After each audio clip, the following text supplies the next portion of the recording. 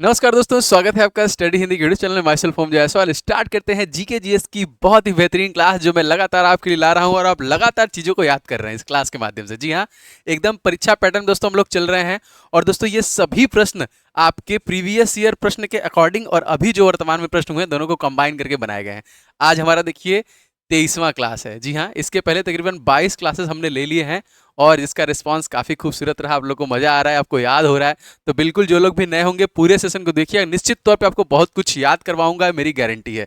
ये वाली क्लास आपको डेली रात के 8:30 बजे मिलती है, तो क्लास को कभी मिस मत किया करें। स्टार्ट करते हैं आज की क्लास को।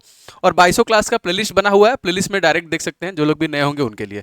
बाकी आप लोग वीडियो को लाइक जरूर कर दिया करो, कम से कम 2-4 शेयर तो कर दिया करो यार। और चैनल पर नए हो तो सब्सक्राइब करके बेल बटन को क्या करोगे, ऑल पे कर लेना, ठीक है। तो सब्सक्राइब करने के साथ साथ बेल बटन तो आप दबा देते हैं, लेकिन ऑल पे नहीं करेंगे तो आपको नोटिफिकेशन नहीं मिलेगा। और इस क्लास का पीडीएफ आप हमारे एप्लीकेशन से डाउनलोड कर सकते हैं। एप्लीकेशन का नाम है study Hindi official, description box में भी लिंक है और यूट्यूब के प्रोफाइल पर भी देखिए लिंक है। यहाँ पे डायरेक्ट क्लिक करके ऐप स्टोर से डाउनलोड कर सकते हैं, या फिर 7307-648-748 पे रेलवे एग्जाम लिख के भेज दीजिए, व्हाट्सअप कर दीजिए हमें, और यहाँ से भी आपको लिंक वगैरह सारा कुछ मिल जाएगा। तो शुरू करते हैं आज की क्लास को। पूरा देखिएगा, आपका 20 मिनट लूंगा क्योंकि मैं थोड़ा अच्छे से एक्सप्लेन कर रहा हूँ, तो आपको समझ में आएगा और आपको याद होगा। 20 मिनट चाहिए आपका। चलिए, हाँ एक चीज और, प्रीवियस ईयर क्वेश्चन। तो देखिए 2019 का, देखिए 2019 जो एनटीपीसी परीक्षा हुआ था, आप प्रीवियस ईयर के सारे जो कि ऐप के प्रीवियस ईयर वाले सेक्शन में डाल दिया गया है। देखिए यहाँ पे सारे आपको मिल जाएंगे, आप इसे आसानी से खोल के देख सकते हैं। क्वेश्चन कैसा था, सोल्यूशन आंसर सारा आपको इसमें मिल जाएगा। तो ऐप में ही ये प्रीवियस ईयर वाले ऑप्शन में मिलेगा ये, ठीक है। बाकी मैं टीम को बोला हूँ, पूरा लगभग 25 या 30 हम लोग को मिला है। तो 2019 के जो फर्स्ट फेज में हुआ था वो सारे मैं अपलोड करवा रहा हूँ, आपको मिल जाएगा, 2-3 दिन में मिल जाएगा, लगातार अपडेट हो रहा है। चलिए स्टार्ट करते हैं। मेघालय के मुख्यमंत्री का नाम दोस्तों क्या है? मैंने आपको बोला था अगर आपको याद है तो आप एलिमिनेट कर सकते हैं। चलिए एलिमिनेट करते हैं। मोहन चरण मांझी भैया कहाँ के हैं? तो भैया ये हो जाएंगे कहाँ के, उड़ीसा के हो जाएंगे। तो ये तो भैया नहीं होंगे।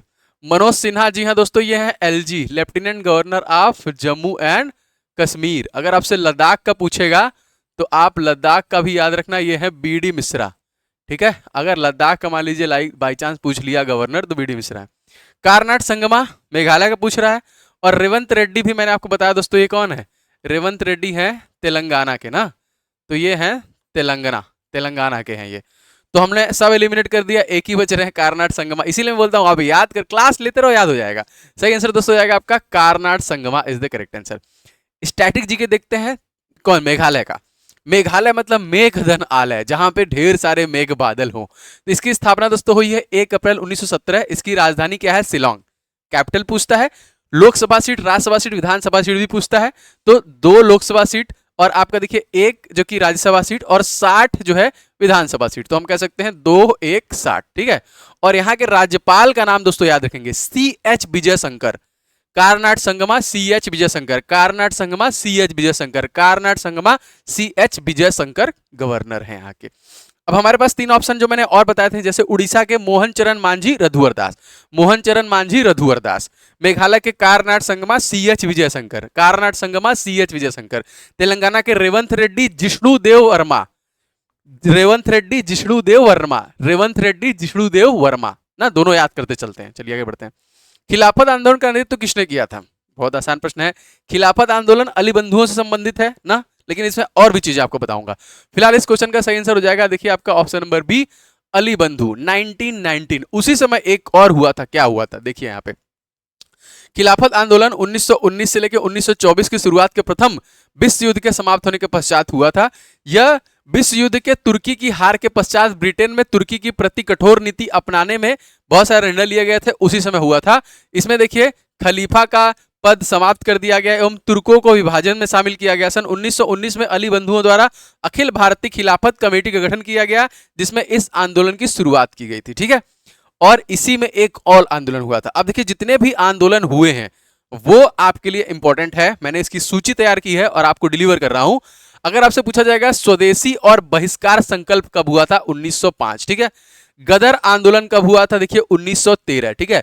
चंपारण सत्याग्रह कब हुआ था दोस्तों? 1917 में हुआ था। ठीक है, इस तरह अहमदाबाद मिल स्ट्राइक, देखिए ये भी प्रश्न आया हुआ है, तो 1918, ये प्रीवियस ईयर परीक्षा में प्रश्न आया हुआ है। ठीक है, अब यहाँ पे 1920 में देखिए असहयोग आंदोलन, भारत छोड़ो आंदोलन देखिए 1942 में हुआ था। भारतीय राष्ट्रीय कांग्रेस की स्थापना, बहुत बार प्रश्न आया हुआ ना, एओव्यूम 1885। मुस्लिम लीग की भी स्थापना है। और यहाँ पे 16 में देखिए होम रूल मूवमेंट है, 17 में खेड़ा सत्याग्रह है, 1919 में रॉलक एक्ट है और 30 में सविनय अवज्ञा आंदोलन है। मोस्ट इंपॉर्टेंट प्रश्न है, छोड़िएगा मत, ये मैं पीडीएफ में दूंगा तो रिवीजन करते रहिए। क्लास का देखिए, जब मैं क्लास खत्म कर लूं तो आप उसका 1-2 दिन बाद रिवीजन कर लिया करो, फिर क्लास में भी मैं रिवीजन कराता रहता हूं। 1913 में साहित्य के नोबेल पुरस्कार प्राप्त व्यक्ति, जो भारत के पहले व्यक्ति थे जिन्हें नोबेल पुरस्कार दिया गया था। ठीक है जी हाँ, तो कौन ऐसे व्यक्ति थे? तो इनका नाम क्या है? आप सभी लोग को पता होगा, डी ऑप्शन से हो जाएगा दोस्तों, रविंद्रनाथ टैगोर। गुरुदेव की उपाधि इनको दी गई थी महात्मा गांधी जी के द्वारा ना, और महात्मा शब्द का इस्तेमाल सबसे पहले इन्होंने उनके लिए किया था। अब यहाँ पे इनसे रिलेटेड 3-4 प्रश्न बार बार पूछे जाते हैं, जैसे कौन कौन? कवि रविन्द्रनाथ टैगोर को 1913 में लंदन में प्रकाशित जो उनकी कविता संग्रह थी गीतांजलि के लिए इन्हें नोबेल पुरस्कार दिया गया, और यह भारत का पहला नोबेल पुरस्कार था। पहला प्रश्न। दूसरा प्रश्न दोस्तों यहाँ पे देखिए, ये है, क्वेश्चन आता है कि इनको नाइटहुड, ठीक है, नाइटहुड की उपाधि दी गई थी। जी हाँ दोस्तों, ये दी गई थी कब? 1915 में। 13 में इनको नोबेल पुरस्कार दिया गया, 15 में इनको नाइटहुड की उपाधि दी गई थी। इसके बाद 19 में इन्होंने वापस कर दिया था। पिछला क्वेश्चन इसलिए मैंने बताया, तो जिन्होंने 1919 में अमृतसर में जो कि नरसंहार किए गए थे, जो निहत्थे लोगों में, गाली निकल रहा है मुंह से, उसके लिए मार दिया था। किसने मारा था? कमेंट करके बताइएगा। जी हाँ दोस्तों, जनरल डायर के आदेश पे जो प्रोटेस्ट कर रहे थे बच्चे, महिलाएं, बुजुर्ग, जवान, निहत्थे लोगों पे अंधाधुंध गोलियां चलवाई थी। जी हाँ, हालांकि मारा गया, बहुत बढ़िया बात है। 1919 याद रखें, उसी समय इन्होंने अपने नाइटहुड की उपाधि को वापस कर दिया। भैया रख लो, तुम लोग का सम्मान मेरे को नहीं चाहिए। उत्तराखंड के मुख्यमंत्री का नाम क्या? आइए एलिमिनेट करते हैं, अब तो आप लोग को याद हो गया है। योगी आदित्यनाथ कहाँ के भैया? Uttar Pradesh, UP sir. ममता बनर्जी 3 बार से बैक टू बैक मार रही हैं, कहां पे भैया? पश्चिम बंगाल, वेस्ट बंगाल हो जाएंगे। ठीक है, पुष्कर धामी जी उत्तराखंड का ही है, सही हो जाएगी। आनंदीबेन पटेल कौन है? तो ये है यूपी की राज्यपाल। ठीक है, आनंदीबेन पटेल यूपी की राज्यपाल। अब राज्यपाल जब भी आए तो आप 155 याद कर लीजिए, और सीएम जब भी आए तो आर्टिकल नंबर 164 याद कर लीजिए। तो आर्टिकल भी साथ साथ रटते चलिए। ठीक है, अगर आपसे पूछा जाए उपराष्ट्रपति तो 63, राष्ट्रपति पूछा जाए तो 52, प्रधानमंत्री पूछा जाए तो 75। ये सब आर्टिकल आपको एकदम मुंह याद होनी चाहिए। तो उत्तराखंड के कौन हो जाएंगे? तो पुष्कर सिंह धामी हो जाएंगे। उत्तराखंड का स्ट्रैटेजी के देखते हैं। इसका गठन 9 नवंबर सन 2000 में हुआ था ना। कभी कभी क्या होता है, मैं पूरी क्लास बना लेता हूँ, रिकॉर्डिंग नहीं चालू रहता है, तो इसीलिए मैं कभी कभी देखता हूँ भाई रिकॉर्डिंग चल रहा है ना। एक बार मैंने आधे घंटे का क्लास बनाया, मतलब 32 मिनट का क्लास बनाया, और मैंने रिकॉर्डिंग ही ऑन नहीं की। मतलब इतना गुस्सा आया, लेकिन फिर से नहीं, क्या करूंगे गुस्सा करके, अपने आप ही गुस्सा करना, इससे फिर से रिकॉर्ड करो। देखिए, पुष्कर सिंह धामी किस पार्टी से प्रश्न आएगा? तो भारतीय जनता पार्टी से। अब देखिए 9 नवंबर 2000, राजधानी इसकी देहरादून हो जाएगी। अब यहाँ का जो है दोस्तों कोड नंबर क्या है? 5371। 5 लोकसभा सीट, 3 राज्यसभा सीट, 71 जो कि विधानसभा सीट। अब देखिए पुष्कर धामी गुरमीत सिंह, एक साथ याद रखिए, पुष्कर धामी गुरमीत सिंह, पुष्कर धामी गुरमीत सिंह। तो पुष्कर धामी यहाँ के हो जाएंगे सीएम, और गुरमीत सिंह हो जाएंगे यहाँ के गवर्नर। पुष्कर धामी गुरमीत सिंह। ठीक है, बाकी तो उत्तर प्रदेश का आप लोग को बता ही दिया मैंने, योगी आदित्यनाथ और आनंदीबेन पटेल। अब बच गया कौन सा? ममता बनर्जी वाला। तो ममता बनर्जी वाला देखिए, सीवी आनंद बोस, ये राज्यपाल हैं। ठीक है, सीवी आनंद बोस और ममता बनर्जी। मुख्यमंत्री गवर्नर, मुख्यमंत्री गवर्नर। अब मैं आपको दोनों याद, मैंने बोला ना धीरे धीरे लेवल बढ़ाऊंगा। चलिए आगे बढ़ते हैं। अंतर्राष्ट्रीय नृत्य दिवस हम लोग कब मनाते हैं? तो अप्रैल के महीने मनाते हैं, और डांस दिवस दोस्तों है आपका 29 अप्रैल को। अब कुछ ऐसे प्रश्न हैं अप्रैल से जो बारंबार पूछे गए, लगातार पूछे गए। ठीक है, तो देखिए 7 अप्रैल को हम लोग क्या बनाते हैं? जी हाँ दोस्तों, विश्व स्वास्थ्य दिवस के रूप में हम लोग मनाते हैं। ठीक है, 13 अप्रैल को क्या मनाते हैं? जलियांवाला बाग नरसंहार, 13 अप्रैल सन 1919। भूलिएगा मत इसको, क्वेश्चन आता है बार बार। 18 अप्रैल विश्व विरासत दिवस मनाते हैं। 22 अप्रैल देखिए विश्व पृथ्वी दिवस मनाते हैं, और 25 अप्रैल को विश्व मलेरिया दिवस के रूप में मनाते हैं। मादा एनीफिलीज मच्छर के काटने से मलेरिया, और एडीज इजिप्टी मच्छर काटने से आपका डेंगू होता है। ठीक है, तो याद रखिएगा, नृत्य दिवस 29 अप्रैल, नृत्य दिवस 29 अप्रैल, नृत्य दिवस 29 अप्रैल, नृत्य दिवस 29 अप्रैल। आप लोगों के लिए कोर्स जो मेरे द्वारा लाया गया है, मेरे द्वारा बनाया गया है, मैं जीके जीएस ही बनाऊंगा, यही पढ़ाऊंगा, जो मैं जानता हूं अच्छे से वही। तो जीके अगर अपकमिंग कितनी भी आपकी एग्जामिनेशन आने वाली है, अगर उसमें जीके आ रहा है तो ये कोर्स आपके लिए, समझिए, जीके एंड करंट अफेयर्स। तो मैं 2023-24 दोनों को लेकर चलूंगा। अगर 25 में लेट परीक्षा होगा तो 25 का भी इसी में मिलेगा, कहीं जाने की जरूरत नहीं है। तो सारे करंट अफेयर्स, जीके के सारे टॉपिक, स्टैटिक जीके के टॉपिक, करंट अफेयर्स को टॉपिक वाइज भी मंथली दोनों मैंने क्लासेस में बना दी। अभी मैं पूरा प्रीवियस ईयर क्वेश्चन कवर करा रहा हूं, ऑलमोस्ट कवर हो गया है। अब मैं सारे टॉपिक स्टार्ट करूंगा धीरे धीरे। तो यहाँ पे मंथली देखिए सब कुछ मैं दूंगा आपको, सारा कुछ जितना हो सके मैं इस आपको कोर्स में देने वाला हूं। इसमें आपको सारे क्लासेस की पीडीएफ और आपको इसके साथ साथ दोस्तों 50 टेस्ट सीरीज भी इसी में दूंगा, एकदम परीक्षा पैटर्न के हिसाब से। तो इसलिए दोस्तों यानी एक ही बनाओ, बढ़िया से बनाओ। तो आप ले सकते हैं देखिए पेड कोर्स में जाके, और आने वाले सभी रेलवे एग्जाम या फिर किसी भी एग्जाम में जीके जीएस के टेंशन को खत्म कर दूंगा, ये सारी चीजें आपको इसमें मिल जाएंगी। तो इसे आप ले सकते हैं हमारे ऐप से। भारत के नए संस्कृति मंत्री और पर्यटन मंत्री कौन बने हैं? जी हाँ दोस्तों, मंत्रालय याद कर लीजिएगा, 1 से 2 नंबर आता है। तो इनका नाम दोस्तों आप याद रखें, गजेंद्र सिंह शेखावत को बनाया गया। ठीक है, अब आइए एक रिवीजन करते हैं, क्योंकि मैं बार बार रिवीजन करा के ही आपको याद कराता हूं। संस्कृति एवं पर्यटन मंत्री, संस्कृति एवं पर्यटन मंत्री कौन है? गजेंद्र सिंह शेखावत। महिला एवं बाल विकास मंत्री, महिला एवं बाल विकास मंत्री अन्नपूर्णा देवी, अन्नपूर्णा देवी। अन्न हम लोग को खाने के लिए कौन देता है? मम्मी देती है। नहीं देखिए पेट नहीं भरेगा, मम्मी क्या है? महिला। तो महिला एवं बाल विकास मंत्री अन्नपूर्णा देवी। चलिए भाई, संसदीय कार्य अल्पसंख्यक कार्य के मंत्री कौन है? किरण रिजिजू। पेट्रोलियम एवं प्राकृतिक गैस मंत्रालय किसके पास है? हरदीप सिंह पुरी। श्रम रोजगार युवा कार्यक्रम एवं खेल मंत्रालय देखो जो है किसके पास है? मनसुख मांडविया। कोयला मंत्री दोस्तों कौन है? जी किशन रेड्डी। खाद्य प्रसंस्करण मंत्री कौन है? चिराग पासवान। ठीक है, चलिए याद रखिएगा। पुनर्गठन आयोग की स्थापना कब की गई? यह भी प्रश्न बहुत बार आया हुआ है। सही आंसर की बात करेंगे तो सन 1953 में देखिए हुआ था। भारत में राज्य पुनर्गठन आयोग 22 दिसंबर सन 1953 को न्यायमूर्ति फजल अली की अध्यक्षता में किया गया था। इस आयोग के 3 सदस्य कौन कौन से थे? इनका नाम था देखिए फजल अली, हृदयनाथ कुंजरू और के.एम. मणिक्कर। ये 3 लोग थे। इस आयोग ने 1955 में अपनी रिपोर्ट जिसके 1956 में राज्य पुनर्गठन अधिनियम में पारित हुआ। इस अधिनियम के तहत 14 राज्य और 6 केंद्र शासित बनाए गए थे। ठीक है, तो 1953 पुनर्गठन आयोग की स्थापना कब हुई? 1953। इंपॉर्टेंट। प्रथम आंग्ल मैसूर युद्ध भी लगभग आप लोग सब याद, अगर आपने 22 क्लास पीछे ले चुके हैं तो आप ये आंसर फट से कर देंगे कि प्रथम कब हुआ था। सही आंसर की बात करेंगे तो देखिए ये हुआ था सन 1767 से 69। मैं 5वीं बार तो बता रहा हूं अगर आप रेगुलर क्लास ले रहे हैं। सारा युद्ध मैंने ये आपको पीडीएफ में पहले दे दिया है, एक रिवीजन कराऊंगा। पहले इस युद्ध में हुआ क्या था। तो प्रथम मैसूर युद्ध अंग्रेजों और हैदर अली के बीच में सन 1767 में हुआ था और 69 के तक हुआ था। हैदर अली ने अंग्रेज के खिलाफ जो कि जीत हासिल की। इस अवधि के दौरान लॉर्ड जो है जो कि वेरलस्ट गवर्नर थे। ठीक है, तो यहाँ पे हैदर अली जीते थे। अब यहाँ कुछ तो याद कर लो, स्टार्टिंग का तो याद कर लो एटलीस्ट। अरे तराइन का युद्ध तो याद होगा भाई। तराइन के युद्ध के लिए आपको 1191 और आपको 1192 याद रख लेना। ठीक है, तो तराइन का प्रथम युद्ध और द्वितीय युद्ध याद हो गया आपका। इसके बाद आपका पानीपत का मैंने आपको तीनों याद करा दिया है। कहां लिखूं? यहीं लिख देता हूं। पानीपत का देखिए प्रथम युद्ध हुआ था 1526, द्वितीय युद्ध हुआ था 1556, तृतीय युद्ध हुआ था सन 1761। तो ये इसको कर लीजिए P1, इसको कर लीजिए P2 और इसको कर लीजिए P3। इसी के 1 साल पहले मतलब 1760 में आपका वांडीवास का युद्ध हुआ था ना। इसी तरह सारा देखिए चंदेरी का युद्ध, घाघरा का युद्ध, चौसा का युद्ध, ये भी बहुत बार आया 1539। पानीपत का द्वितीय युद्ध, तालीकोटा का युद्ध सन 1756 में देखिए 2 हुआ था, द्वितीय हुआ था, तालीकोटा का भी युद्ध हुआ था। ये सारे युद्ध किसके किसके बीच लड़े थे ये भी प्रश्न आता है, तो सारा मैंने दिया है। एक इस पे मैंने स्पेशली क्लास लिया है। ठीक है, वो क्लास जाके देखना, टॉपिक वाइज में है, पूरा खत्म कर दिया उसमें। प्रधानमंत्री नरेंद्र मोदी ने किसे ग्रीन चैंपियन अवार्ड 2024 से सम्मानित किया है? जी हाँ दोस्तों, green champion award 2024 current affair से प्रश्न है। सही आंसर की बात करें, इनका नाम है पंक्ति पांडे। आप यहां पे देख सकते हैं, यही है। क्यों दिया भाई ऐसा, इन्होंने क्या कारनामा कर दिया? वैज्ञानिक पंक्ति पांडे को टिकाऊ जीवन और पर्यटन संरक्षण की दिशा में उनके निरंतर प्रयासों के लिए ग्रीन चैंपियन पुरस्कार दिया गया। जैसे कि नाम से ही है, ग्रीनरी के लिए, प्लांटेशन के लिए, बाकी सारे चीज, लोगों को प्रोत्साहित करना, पेड़ लगाइए, कुछ नहीं तो छत पे नर्सरी लगाइए, आलू भंटा बोइए, कम से कम कुछ तो करिए। जी हाँ दोस्तों, इसीलिए पंक्ति पांडे को वैज्ञानिक जो एक तरीके से साइंटिस्ट हैं, इनको जो कि ग्रीन चैंपियन अवार्ड 2024 से मोदी जी के द्वारा दिया गया, फोटो में भी देख सकते हैं। ठीक है, आगे बढ़ते हैं। यूएन के 8वें महासचिव कौन बने हैं? 8वें कौन थे, सॉरी बने नहीं, अभी तो एंटोनियो गुटेरेस हैं।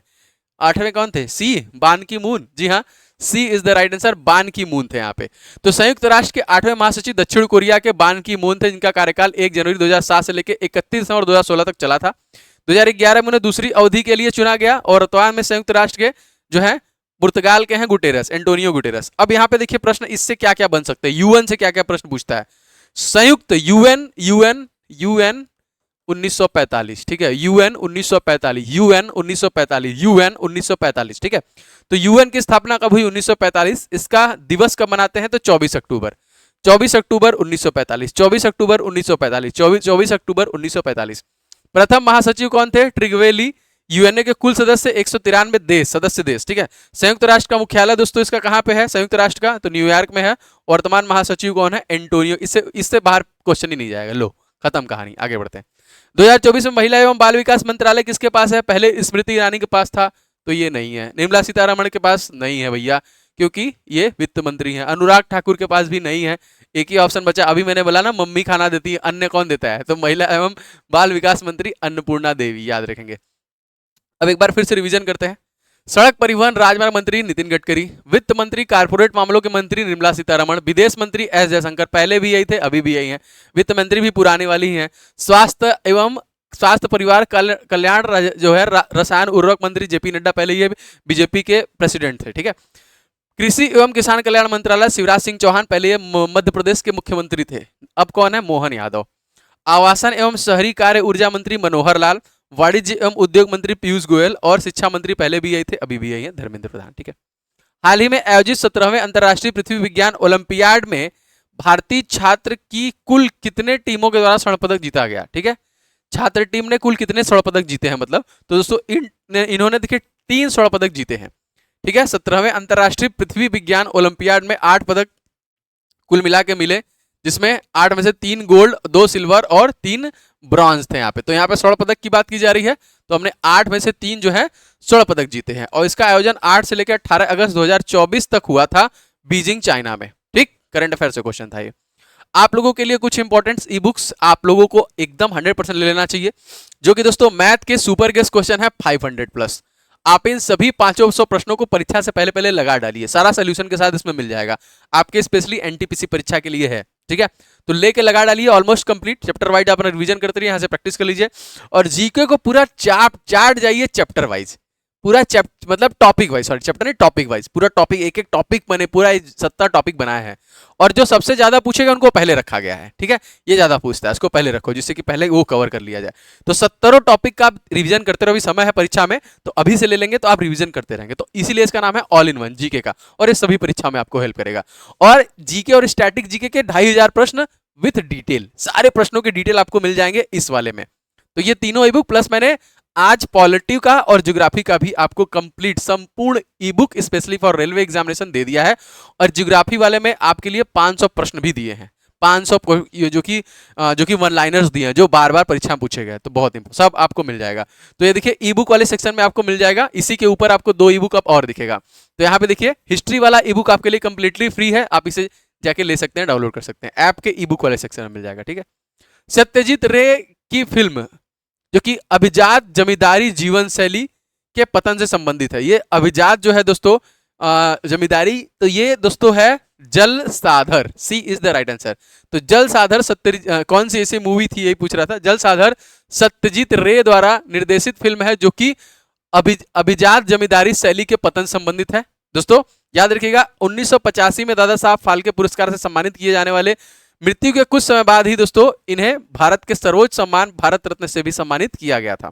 पाथेर पंचाली, अपूर्व संसार और चारुलता इनकी प्रसिद्ध फिल्में थी, ठीक है, इंपॉर्टेंट है, चलिए याद रखिएगा। पूर्वी तट का सबसे पुराना कृत्रिम बंदरगाह कौन सा है? पूर्वी तट, पश्चिमी तट ना, तो इधर की बात नहीं करके उधर की बात की जा रही है, तो सही आंसर क्या हो जाए? इधर उधर समझ रहे हैं ना?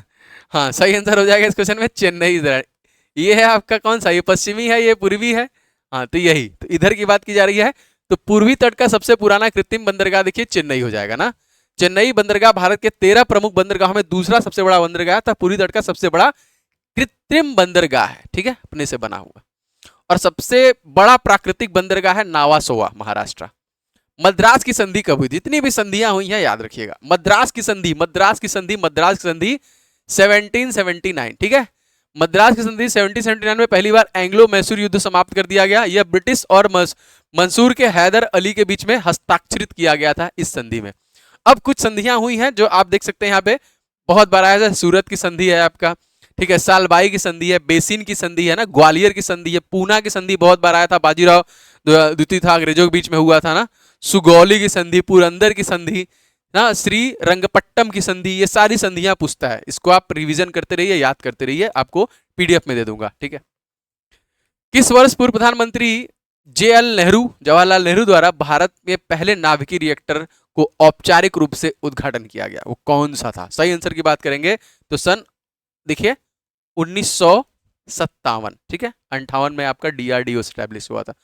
तो यहां पे देखिए पूर्व प्रधानमंत्री जवाहरलाल नेहरू ने 20 जनवरी सन 1957 को के पहले नाभिकीय रिएक्टर का औपचारिक तौर पर उद्घाटन किया, जिसका नाम अप्सरा रखा गया। अब ये इंपॉर्टेंट है नाम, अब देखिए इंपॉर्टेंट, सबसे पहला है तो नाम क्या है? अप्सरा। और इसी दिन भाभा एटॉमिक रिसर्च सेंटर का भी उद्घाटन किया गया, ठीक है।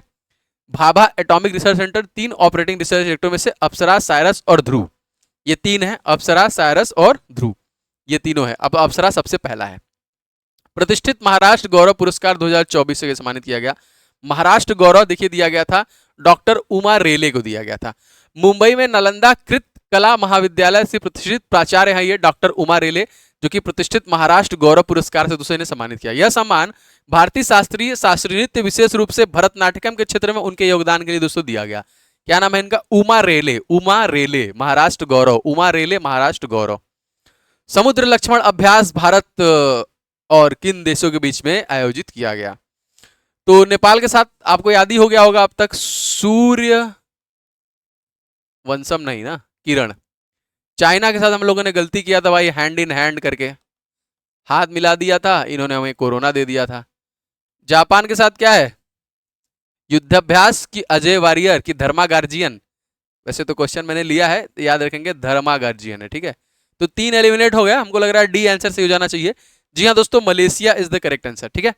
इसका तीसरा संस्करण था विशाखापट्टनम आंध्र प्रदेश में, इसको आयोजन किया गया था और भारत और मलेशिया के बीच में दोस्तों हुआ था, याद रखिएगा। चलिए क्वेश्चन आ गया, जो मैंने आपको बताया वही क्वेश्चन है। धर्मा गार्जियन नामक सैन्य अभ्यास भारत और किस देश के बीच में आयोजित किया गया था? तो दोस्तों भारत और जापान के बीच में दोस्तों आयोजित किया गया था, जो कि राजस्थान के महाजन फील्ड फायरिंग रेंज में हुआ था। 5वां संस्करण दोस्तों है, मतलब 5 साल से हो रहा है, ठीक है। यह एक वार्षिक सैन्य अभ्यास है, समझ गए, 5 साल। भारत की तरफ से किसने भाग लिया? तो राजपूताना राइफल की एक बटालियन द्वारा, और जापान की तरफ से दोस्तों 34वीं इन्फैक्ट्री रेजिमेंट द्वारा, जो कि जापान की है। अब यहाँ पे आप देख सकते हैं जो बार बार पूछता है, ठीक है, आप यहाँ पे देख सकते हैं कि ये जो है कि ये आपका प्रश्न जो है बार बार पूछता है। कौन कौन सा प्रश्न है देखिए। दस्तलीक 2024 किसके किसके बीच में हुआ? भारत और उज्बेकिस्तान।